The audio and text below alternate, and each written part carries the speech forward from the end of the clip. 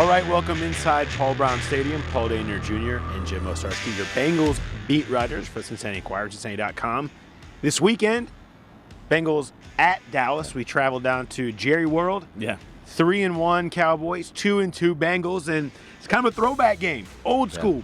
Marvin Lewis said you got to put your big boy pads on. This really is.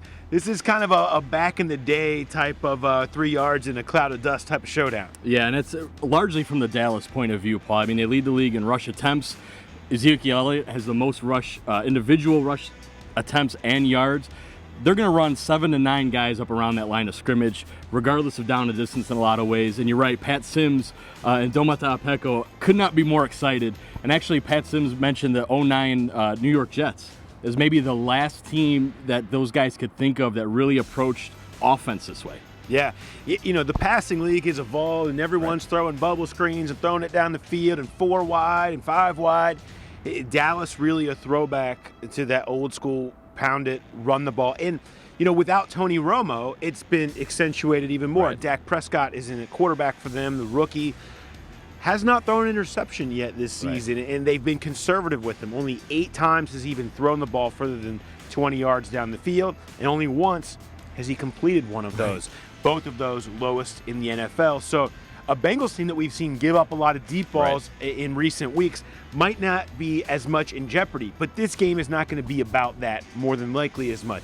It's going to be, can this Bengals team stop the run? We've seen them be able to do it often in the past, but they've had issues earlier this year. The difference, Vontaze Burfict back, and I think you'll see Rey Maualuga play a major role in this game. You mentioned Pat Sims, Domata Apeko. This is a game where a Bengals roster that they've constructed to be able to stop the run possibly is going to have to show up. Yeah, and it's interesting, Paul, because Rey Maualuga even said, look, we through 4 games, while the rushing numbers have come down the last 2, he wasn't ready to say they figured it out yet in run fits. You know, he was basically outside. He's like, we're going to find out how good we are and if we're good as we think we are on Sunday. I think both teams kind of think that way. Yeah. We don't know how good Dallas is at this point. Right. Which one of the Dallas wins do you like most? Do you like Washington? Do you like Chicago? Do you like San Francisco? I mean, even their loss to the Giants, they have yet to really face a team with a pedigree and I think, very high expectations for this year. So it's kind of a prove-it game for them. Likely no Des Bryant. Almost certainly no Tyler Eifert. So both teams without a big part of their offense. You know, I don't see anything but a close game coming out of this when you consider the setup of these two teams right now. Yeah, I totally agree. I'm thinking 2017 Bengals, largely because they are the better team with the better quarterback and in the end, the better playmaker in A.J. Greene. Ezekiel Elliott is a very good player, but I do think, Paul, when this team decides to sell out against the run and you have over $100 million worth of defensive linemen, and yes, the Cowboys are very good too, but I think you can bottle that up a little bit and prevent touchdowns. I think the Bengals will do that, even though they'll still continue to struggle scoring on their own. It's going to be like these last 4 games, Paul.